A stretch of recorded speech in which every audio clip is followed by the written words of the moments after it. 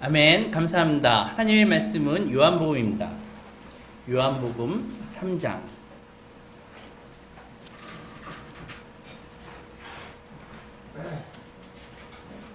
1절서부터 21절까지 받들어 읽겠습니다.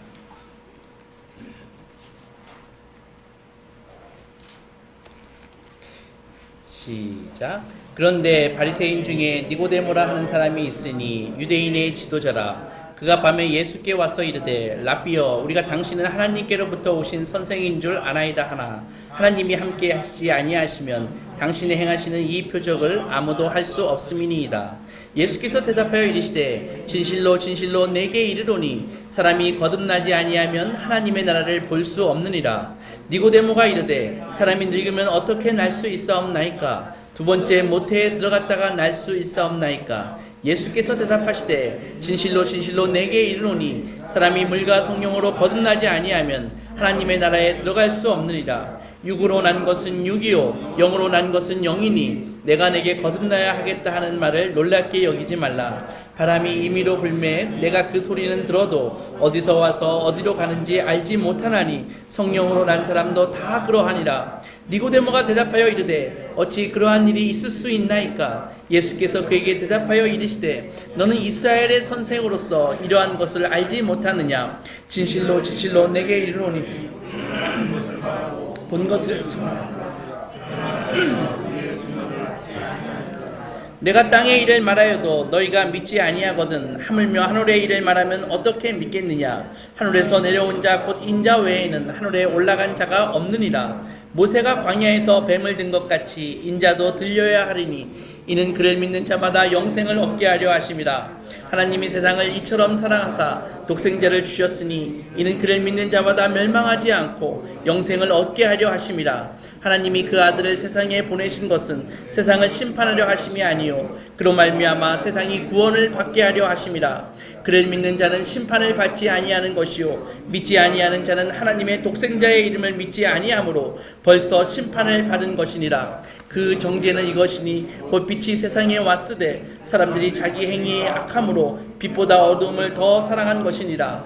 알을 행하는 자마다 빛을 미워하며 빛으로 오지 아니하나니 이는 그 행위가 드러날까 하며 진리를 따르는 자는 빛으로 오나니 이는 그 행위가 하나님 안에서 행한 것임을 나타내려 함이라 하시니라. 아멘. 약간 오래된 영화 중에 아마데우스라는 영화를 보신 적이 있으십니까? 이게 모차르트의 이야기를 이렇게 재미있게 구성해서 재구성한 그런 영화입니다. 다소 영화가 좀 길지만은 영화에 보면 재밌습니다. 두 명의 한 주연급 배우가 나오는데 극 중에서 긍중 음악 감독인 살리에르라는 그 인물이 나오고요. 그리고 모차르트가 주인공이죠. 영화를 이렇게 보면은 영화에서 이렇게 초반 부분에 이 젊은 살리에르가 하나님과 막 흥정을 벌이는 그런 장면이 나옵니다. 그러니까 이렇게 하나님한테 얘기하는 것이죠.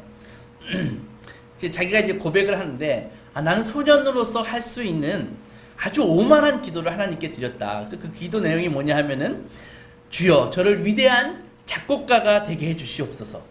음악으로 주의 영광을 찬미하고 저도 칭송받게 해주십시오. 사랑하는 하나님이시여 제가 온 세상에 유명해져서 아주 불멸의 존재가 되게 하시고 제가 죽은 후에도 제 작품이 사랑받고 영원히 회자되게 하시옵소서. 이렇게 막 기도를 하는 것이죠. 그래서 계속해서 기도하면서 그 대가로 저는 저의 순결과 근면함과 가장 깊은 겸손과 나의 삶 전체를 드리겠습니다. 또한 사람들을 내가 가난한 사람들을 최대한 돕겠습니다. 아멘. 또 아멘. 이렇게 막 살리에르가 기도를 한다고요. 그래서 처음에는 살리에르는 이 맹세를 잘 지키면서 살아갑니다. 여자들을 절대로 건드리지 않고 열심히 음악 공부하고 또 많은 가난한 그 음악인들을 막 제가 도와주죠. 빈민들 어려운 사람들을 막 줄기차게 도와줍니다. 그래서 그런지 몰라도 살리에르가 일이 점점 잘 풀려가지고 막 승진을 하는 것입니다. 나중에는 그 오스트리아 황제의 궁중 음악을 총괄하는 감독이 살리에르가 됩니다. 그래서 그는 정기적으로 막 작곡을 해가지고 그 황제에게 막 작곡한 것을 막 바치죠. 그런데 그때 모차르트가 등장을 합니다. 우리가 다 알듯이 천재죠. 천재 중에 천재죠. 그러니까 하나님이 그에게 천재성을 부여하신 게 분명한데, 이 모차르트의 전체 이름은 볼프강 아마데우스 모차르트인데, 아마데우스라는 말의 뜻이 하나님께 사랑을 받는 자, 그런 뜻입니다. 근데 이건 이름하고 전혀 걸맞지 않게 이 모차르트는 완전히 이 방종을 일삼습니다. 아주 망난이었죠. 온갖 일탈행위를 막 자행하죠. 근데 하나님이 그런 모차르트에게 정말 무모할 정도로 막 해프게 그에게 재능을 막 천재성을 부어주시거든요. 그러니까 그것을 보고서 살리에르의 신앙이 막 흔들리는 것입니다. 위기가 찾아오죠. 그러니까는 이런 것입니다. 살리에르가 작곡을 탁 해가지고 그 오스트리아 황제에게 이렇게 음악을 바치면은 그걸 모차르트가 살리에르가 작곡한 것을 이렇게 음악을 바치면 한 몇 초 동안 봅니다. 그걸 본 다음에 그걸 딱 덮고 나가지고 바로 피아노로 그걸 연주를 해요. 거기다 또 한 수 더 뜬 것은 요 부분은 좀 어색한 것 같습니다 해가지고 그 자리에서 그걸 고쳐서 연주를 한다고요. 그러면은 그 궁중에 있는 황제하고 그 음악 그 대신들이 막 박수를 친다고요. 그러면 이제 살리에르 얼굴이 막 일그러지는 것입니다. 자기는 그 궁중의 최고 음악가인데 웬 젊은 애가 나타나가지고 그런 식으로 하니까는. 그러니까는 나중에는 이 살리에르가 모차르트에 대한 막 증오심과 경외감이 막 섞인 복잡한 감정이 막 돼버리는 것입니다. 살리에르가 독백하기를, 혼자서 얘기하기를, 도저히 이해할 수 없다. 나는 하나님께 재능을 받을 자격을 얻기 위해서 정말 본능적인 이 욕망마저도 다 물리치고 있었는데, 모차르트 저놈은 약혼까지 했으면서도 그럼에도 불구하고 막 이 여자 저 여자 방탕한 짓을 벌이는데도 불구하고 어마어마한 재능이 부어지니까 나중에는 하나님한테 따지죠. 하나님 이거 정말 너무하신 거 아니에요? 이러면서 내가 그렇게 노력했는데 저 개망나니 같은 저 모차르트에게는 나 비교도 할 수 없는 저런 천지적인 재능을 주시고 이게 말이 됩니까? 막 이렇게 막 불평한다고 뭐 자기의 재능이 업그레이드 되겠습니까? 모차르트에게 부어진 천재성이 없어지겠습니까? 결국은요 하나님한테 이 살리에르가 선언해버립니다. 이젠 하나님 당신은 나의 적입니다. 이렇게 하고 그 뒤로는 이제 어떻게든지 모차르트를 이제 무너뜨리려고 노력을 하죠. 그런데도 불구하고 안타깝게도 하나님은 침묵만 지키시고 결국 원한과 증오의 삶을 살리에르는 살게 되는 것입니다. 살리에르가 무엇이 잘못된 것 같습니까? 살리에르는 순결과 자선에 부지런히 했지만은 결국 그것이 하나님을 위한 것이 아니라 자기를 위한 것이었다고요. 그러니까 하나님과 빈민을 위한 그 구제 사업을 자기가 했던 것은 결국은 자기의 꿈을 이루기 위한 도구에 불과했던 것이라고요. 그는 가난한 이들과 하나님을 위해 시간과 돈을 희생한다고 막 되뇌었지만은 사실 희생한 것은 아니죠. 다 자신을 위한 일이었고 명성, 큰 돈과 자존감을 얻기 위한 것이었습니다. 그래서 나중엔 살리에르가 이렇게 고백합니다. 모차르트가 나타나고서부터 나는 내 자신이 싫어졌어. 이렇게요. 하나님과 빈민을 섬겼어도요, 그가 그토록 탐했던 영광을 얻지 못했고 이를 깨닫는 순간에 이제는 모차르트를 죽여버려야겠다는 사리가 막 나타나는 것입니다. 이제 얼마 후에 점잖고 그렇게 신앙심을 좋았던, 정말 하나님께 기도를 많이 했던 그 살리에르가 이제 변해가지고요, 오히려 모차르트보다 더 악한 사람으로 변하게 되는 것입니다. 실제로 나중에 보면은 이 영화를 보면은 이 가난한 모차르트에게 자기의 장례식 때 쓸 그 진원곡이라 그러죠. 장례식 음악을 스스로 작곡하게 하고 조금씩 독극물을 모차르트한테 줘가지고 모차르트를 죽입니다. 그러니까 종교와 담을 쌓은 모차르트보다도 오히려 결국 나중에 살리에르는 하나님과 훨씬 더 멀어지는 사람이 됩니다. 오늘 본문에서요, 바리새인이고 유대의 지도자인 니고데모가 등장하죠. 그죠?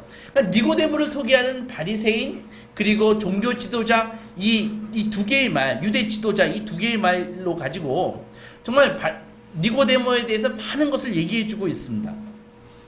그는 유대교에 정통했던 종교 지도자임을 알 수 있고 또 로마 시대의 지도자라고 유대인의 지도자라고 칭함받을 정도면은 그는 아주 성공한 사람이었다고요. 그리고 그 의회 의원 아닙니까? 그 유대의 국회 같은 것을 사네드린이라 그러는데 사네드린 공의회 의원이었다고요. 그러니까는 이 바리새인이라는 사람은 굉장히 철저히 종교적인 사람들인데 어느 정도 열심히냐 하면은 요즘에 웬만한 목사님도 바리새인만큼 하나님을 율법적으로 형식적으로 섬길 수 있는 사람이 드물 정도로 그들은 철저히 종교적인 사람이었습니다. 그런데 그런 사람이 밤에 예수님을 찾아왔습니다. 밤에. 대부분의 바리새인들은요 예수님을 좋아하지 않습니다. 예수님을 질투하거나 예수님을 증오합니다. 그런데 니고데모는요 바리새인임에도 불구하고 유대의 지도자임에도 불구하고 거의 일반적인 학교를 다녀본 적이 없으신 예수님을 찾아온 것입니다. 그는 참 겸손한 사람이에요. 그리고 예를 갖추어서 주님께 의뢰합니다. 랍비여 선생님, 우리가 당신은 하나님께로부터 온 사람임을 알고 있습니다. 하나님이 함께 하시면 당신이 행하시는 이 표적을 아무도 할 수 없습니다. 이렇게 아주 예를 갖춰서 얘기하거든요. 근데 예수님이 대뜸 대답하십니다. 진실로 진실로 내게 이르노니 사람이 거듭나지 않고는 하나님의 나라를 볼 수 없다. 이렇게 딱 얘기하시거든요. 그리고 이야기가 쭉 이어가는데 급기야는 나중에는 예수님이 니고데모를 좀 책망하십니다. 너는 이스라엘 선생으로서 이러한 것들을 알지 못하느냐? 너희는 우리의 증언을 받지 아니한다. 이렇게 나무라시거든요. 지난주하고 생각을 해보면요. 지난주 예수님이 사마리아 여인을 만났을 때는 예수님이 굉장히 나이스했습니다. 아주 부드럽게 그 여자에게 대하지 않습니까? 내가 주는 물을 네가 먹으면 너는 영원히 목마르지 않을 거야 하면서 사마리아 여인에게는 정말 남편이 5명이나 있었던 정말 복잡한 사생활이 있었던 여자에게는 굉장히 나이스하게 대하시고 오히려 이 니고데모한테는 예수님이 돌직구를 날리시죠. 너는 유대인의 지도자로서 이런 것도 알지 못하느냐? 너희는 왜 우리의 증언을 받지 않느냐? 막 공격하시거든요. 그래서 예수님께서는 니고데모에게 너는 다시 태어나야 돼.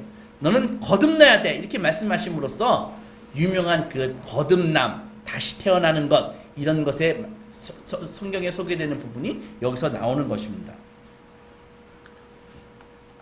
우리들도 요즘은 거듭나야 된다라는 말을 쓰는데 사실 좀 잘못 쓰고 있습니다. 사람들은 어떻게 생각하냐 하면은 거듭나야 된다는 것을 생각하는 것을 어떻게 생각하냐 하면은 마치 약물 중독자라든지 정신적으로 불안전한 사람이라든지 뭐 실패한 사람이라든지 이런 사람들에게 너 거듭나야 돼 이런 식으로 표현을 쓰거든요. 그죠? 하지만 성경은 그렇게 사용하지 않습니다. 예수님께서 거듭나야 된다라는 말을 했던 그 니고데모가 어떤 사람입니까? 우리가 생각하듯이 루저입니까? 실패자입니까? 그런 사람이 아니죠. 니고데모는 지도자죠. 사내들인의 의원이죠. 강직한 바리새인 아닙니까? 그러니까 신앙심으로 말하자면 이 니고데모만큼 이렇게 출중한 사람이 없는 그런 사람에게 예수님은 너는 거듭나야 돼 이렇게 돌직구를 날리시는 것입니다. 그런 그가 아무런 정규 교육을 받은 적이 없는 예수님에게 찾아와서 랍비 선생님이라고 부르는 것은 니고데모가 정말 바리새인 중에서 정말 제일 나이스한 사람입니다. 열린 마음을 가진 사람이었고요. 그래서 이 존경할 만한 이런 사람이었는데 이런 사람이 자기 감정도 잘 다스리고 성공하고 도덕적이고 종교적인 열린 마음을 가진 사람이었는데 예수님이 그에게 뭐라고 말씀하십니까? 그에게 사마리아 여인에게 했던 내가 생수를 갖고 있는데 이 생수를 네가 먹으면 영원히 목마르지 아니할 거야 이렇게 부드럽게 얘기하시는 것이 아니라 너는 다시 태어나야 돼 거듭나야 돼 이렇게 말씀하시는 것이죠. 요약하면 이런 것입니다. 너는 거듭나는 것에 대해서 들어본 적이 있니? 너는 거듭나기 위해서 어떤 노력을 기울였니? 너의 힘으로 거듭나는 것이 아니야. 네가 이 거듭나는 것에 보탤 수 있는 것은 아무것도 없어. 거듭나는 것은 거저 주어지는 성령의 선물이야. 새롭게 태어나는 것도 마찬가지다. 구원은 은혜로 주어지는 것이지 도덕적인 노력으로, 너희가 지금 기울이고 있는 그런 도덕적인 노력으로 구원을 얻을 수 없고 그럴 자격도 갖추어질 수 없을 뿐만이 아니다. 너는 오직 은혜로 거듭나야만 하는 존재야. 이렇게 예수님께서는 말씀하시는 것이죠. 니고데모는 예수님을 찾아왔을 때 예수님을 선생으로 여기면서 찾아왔습니다. 랍비라고 불렀지 않습니까?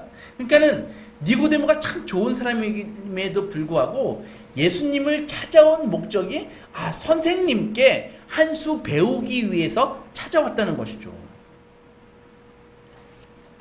그는 자기가 도움이 필요한 사람이다라는 것을 알고서 도움을 얻기 위해서 예수님께 왔습니다. 하지만 그는 자기가 완전히 무력한 사람이라고는 생각하지 않았습니다.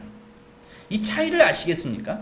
그러니까 결국 구원을 얻는 사람은요, 자신이 아무 소망 없는 완전히 무력한 존재임을 깨닫는 자가 구원을 얻는다는 것입니다. 우리는 도움이 필요하다는 것은 느낍니다. 그죠? 그러니까 그런데 그런 마음만 가지고서는 안 되고 자신이 무력하고 소망 없는 존재임을 알아야 된다는 것입니다. 도움의 필요성만 느끼는 사람은요, 여전히 자기 발로 서 있는 사람입니다. 무슨 말이냐 하면은, 보세요. 여전히 자기가 주도권을 갖고 있고, 이 단계에서 예수님은 나보다 한 단계 좀 높으신 분이니까 내가 예수님께 도움을 얻어서 한 단계 업그레이드 해야지. 이런 생각을 갖고 있는 사람이 도움을 필요로 하는 사람이라고요. 니고데모는 바로 그런 사고방식을 가지고 예수님께 찾아온 거라고요. 이것이 니고데모가 갖고 있는 치명적인 문제점입니다. 그래서 주님이 니고데모를 매정하게 다루시는 이유가 바로 여기 있는 것입니다. 그는 주님에게 있는 주님이 갖고 있는 무언가를 자신이 갖고 있는 것에 더하면은 뭔가 좀 더 나은 사람이 될 수 있지 않을까? 그런 생각을 하고 예수님을 찾아온 거라고요. 이런 것입니다. 자기가 책을 썼는데 책이 좀 부족해요. 그래서 부족한 무슨 부록을 좀 더한다든지 뭔가 내용을 좀 첨부한다든지 그래서 좋은 책을 갖고자 했지만은 예수님의 말씀은 네가 쓴 책 다 갖다 버려라. 그런 것입니다. 처음부터 다시 써야 된다. 그런 것입니다. 그것이 문제였습니다.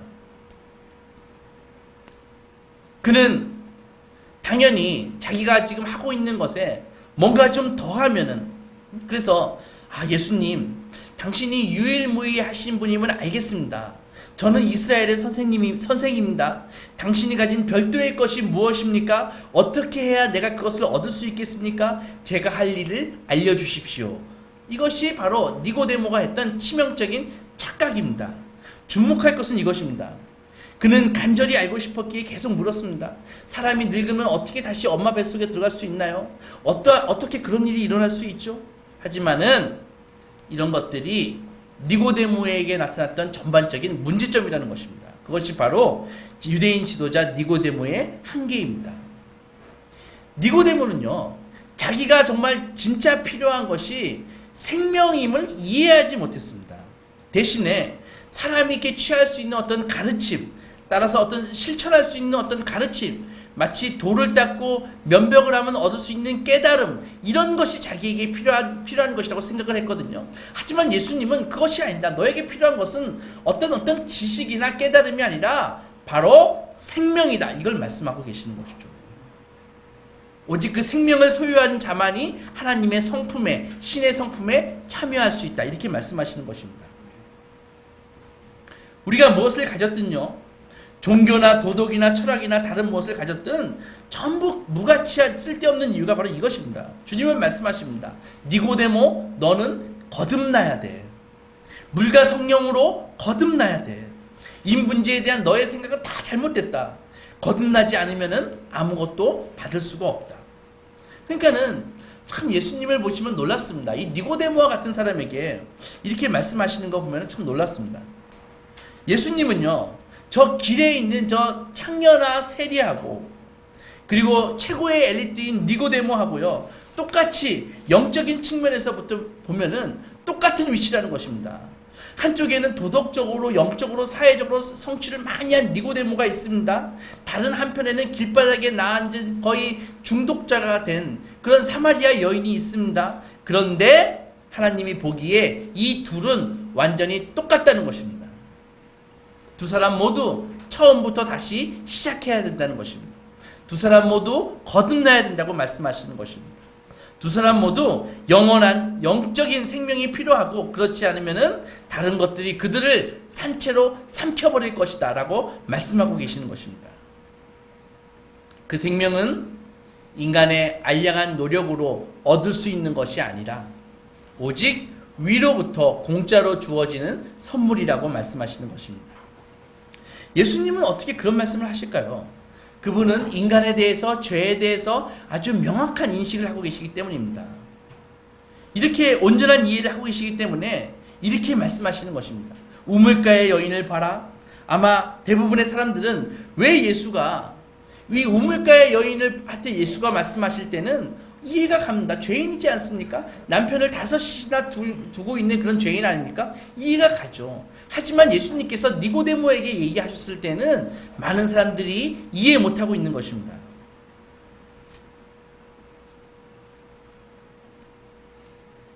왜 니고데모가 구원이 필요한 죄인으로 간주되어야 될까요? 왜 이 선한 니고데모가 왜 그가 천국의 자리를 얻기 위해 본질적으로 아무것도 한 일이 없다고 주님은 말씀하시는 것일까요? 이 질문에 대한 대답은 그런 것입니다. 여러분들, 죄라는 것은요, 죄라는 구원을 얻기 위해 하나님 외에 다른 것을 바라보는 것이 죄인 것입니다.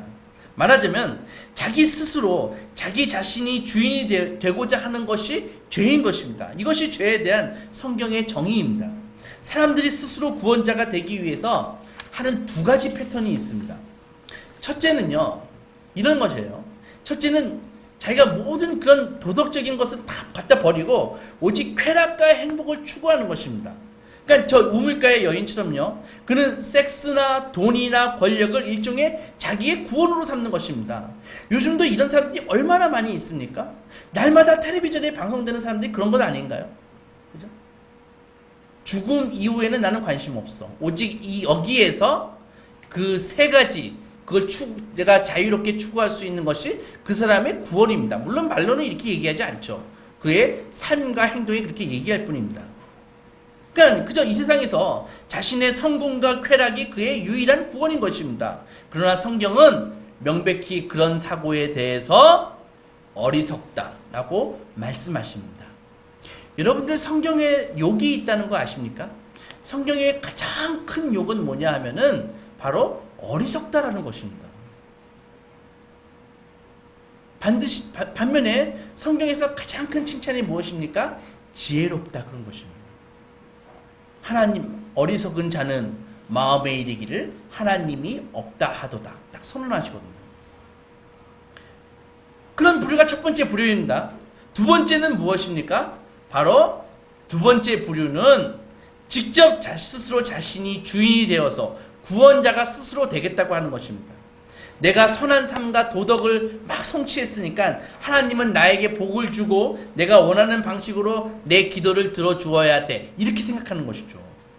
이 경우에는 이 종교가 없는 사람들이 돈과 섹스와 권력으로 자기가 삶의 의미와 안정과 쾌락을 얻으려고 하는 것과 마찬가지로 이 사람은 도덕적인 노력을 함으로써 하나님께 부담을 주어가지고 그러한 자기의 목적을 성취하려는 것이죠.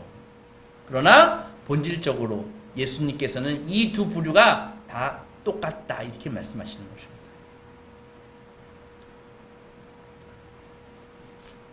자기 자신의 선함이 나의 구원받는 데 보탬이 될 거야, 이렇게 생각한다면요, 기본적으로 그는 하나님을 믿는 사람이 아니라 자신을 믿는 사람입니다.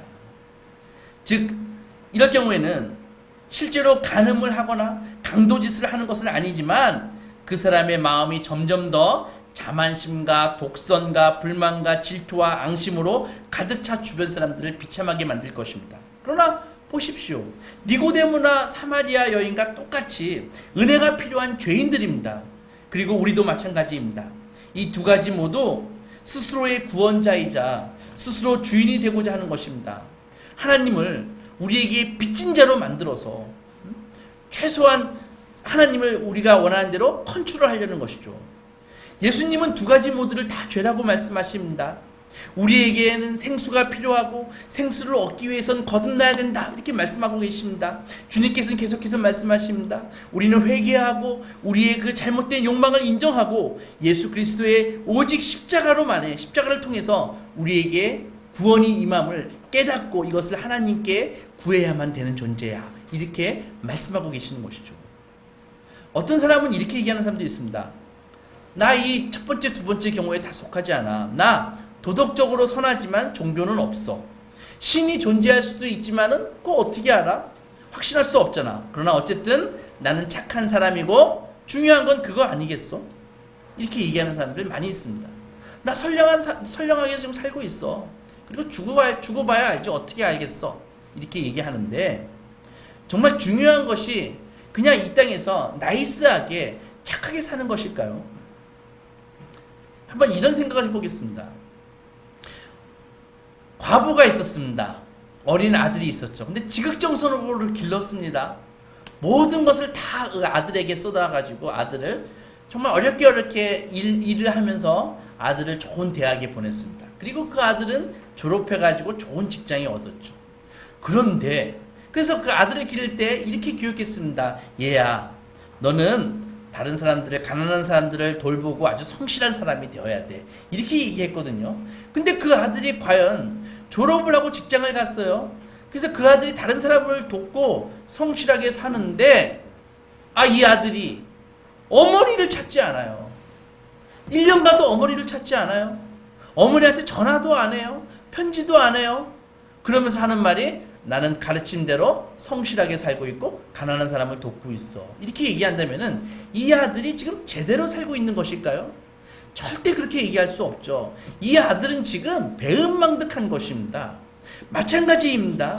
여러분들 만약에 창조주 하나님이 존재하신다면은, 창조주 하나님이 계신다면은 우리 피조물인 인간은 그분께 어마어마한 지금 빚을 지고 있는 것입니다.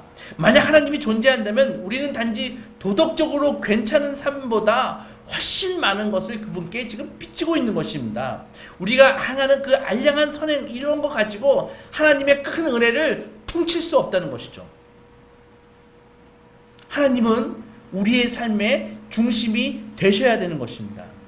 비록 우리가 사회적으로 반듯한 사람이라고 할지라도 하나님으로 하여금 우리의 하나님이 되게 하지 않는다면은 우리는 니고데모나 사마리아 여인과 같이 똑같이 죄인이라는 것이죠. 이것은 스스로 구원자가 되겠다, 스스로 주인 노릇을 하고 있는 것입니다. 그러면은 우리에게 해결 방법이 무엇일까요? 먼저 우리가 이 설정해 놓은 구원, 이 잘못된 사이비 구세주들을 다 끊어내야 되는 것입니다. 만약 여러분들이 정말 솔직하게 나의 일이나 나의 자식이나 나의 배우자나 나의 도덕성에 나의 목숨을 건다면은 그것들이 잘 안 될 경우에, 실패할 경우에 그런 것들은 나를 공격하게 되고 모든 희망이 끊어지게 됩니다. 왜 그런지 아십니까? 예수 그리스도 외에는 그런 것들은 절대로 우리의 구세주가 될 수 없기 때문입니다. 그러나 예수님은 우리에게 만족을 줄 유일한 구세주이시며 설사 우리가 예수님을 실망시킨다 할지라도 그분은 우리를 용서해 줄 유일한 구원자입니다.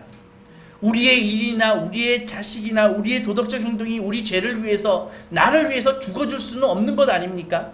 그러나 바리새인들이 하나님께 순종하는 것은 바로 하나님께 무언가를 얻기 위해서라는 것이죠.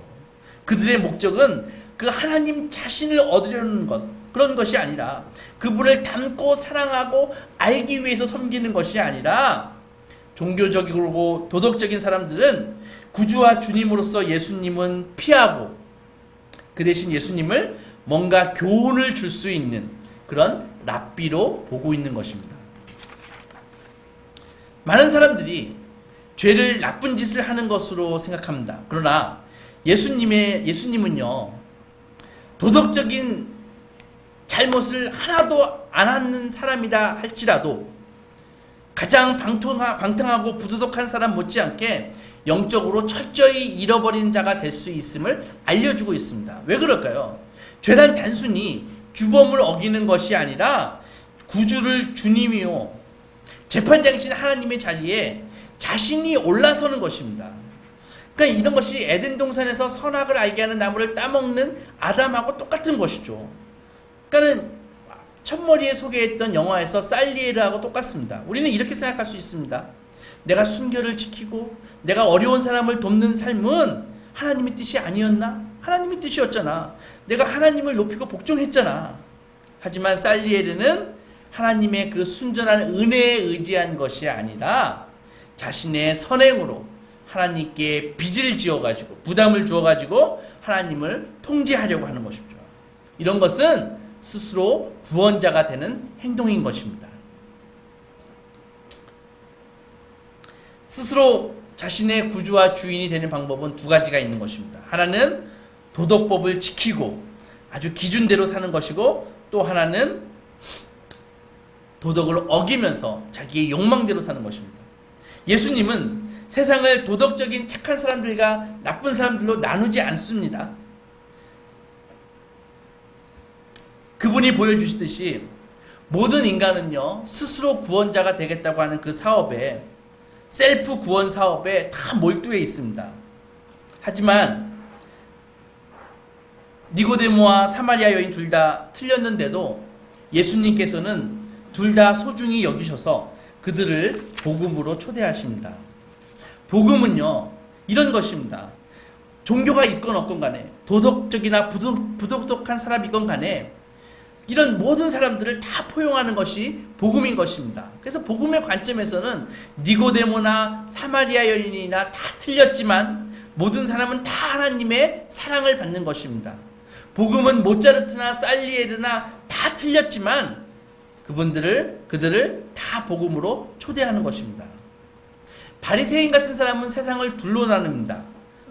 착한 사람은 진짜고 나쁜 사람은 다 가짜야. 나쁜 사람은 다 쓰레기야. 이렇게 얘기하는 것이죠. 반면에 사마리아 여인 같은 사람은 세상을 이렇게 나눕니다. 넓은 마음으로 관용하는 사람이 진짜고 옹졸한 고집불통은 다 꼰대들이야. 꼰대들이 진짜 문제들이지. 이렇게 생각합니다. 주님은 뭐라고 하실까요? 주님은 겸손한 사람이 진짜고 교만한 사람들은 영적으로 아직 길을 잃고 있는 것이야. 이렇게 얘기하는 것입니다. 스스로 나는 어떤 사람인지 한번 생각해 보십시오. 나는 내가 죄인이라고 생각하고 나는 정말 부족함이 많은 사람이라고 생각한다면은 여러분들은 하나님 쪽으로 점점 가고 있는 사람들입니다. 반면에 나는 문제없어, 저 사람이 문제야 라고 생각한다면은 그는 아직도 길을 잃고 헤매는 존재인 것입니다. 스스로 문제없다고 괜찮다고 우기는 사람들은 바로 지금 셀프 구원을 하고 있는 것입니다. 그런 사람들은 하나님께 오지 않거나 하나님을 떠나게 되는 것입니다. 시편 133편에 여호와께서는 겸손한 자들을 돌보시며 교만한 자들을 멀리 하신다고 말씀하십니다. 사랑하는 소망교회 성도 여러분, 앞으로 몇 주간 구원과 거듭남에 대해서 말씀드리겠습니다. 요즘의 메시지에서 이 거듭남에 대해서 메시지가 너무 약해지고 있는 우리의 현실을 바라보고 있습니다. 그 결과 어떻습니까? 내가 구원받은 사람인지 구원받지 못한 사람인지 자체도 헷갈려 하면서 그냥 이 종교적인 패턴으로 이렇게 신앙생활 하는 사람들이 얼마나 많은지 모르는 것입니다. 하나님이 그 아들을 세상에 보내신 것은 세상을 심판하려 함이 아니요 그런 말미암아 세상을 구원하려 하심이다라고 오늘 말씀해 주고 있습니다. 사랑하는 여러분, 자신의 구원을 점검하십시오. 그리고 항상 깨어서 하나님의 말씀을 사모하십시오. 지금까지 내 삶이 세상적으로 보잘것이 없고 실패의 연속인 삶을 살았다 할지라도 우리가 구원을 받는다면 그 인생은 모든 것을 다 받은 인생입니다. 반대로 세상적으로 볼 때 내가 누구에게도 부끄럽지 않는 삶을 살았다 할지라도, 내가 번듯한 삶을 살았다 할지라도 하나님께서 예수 그리스도를 통해서 주시는 구원과 관계없는 삶을 살았다면 오늘 배불리 먹고 내일 도살될 짐승의 삶과 다를 바가 없는 것입니다. 이 말씀 붙들고 사도의 권면처럼 두렵고 떨림으로 우리의 구원을 이루시는 소망의 자녀들이 되시기 주의 이름으로 축원합니다. 기도하겠습니다.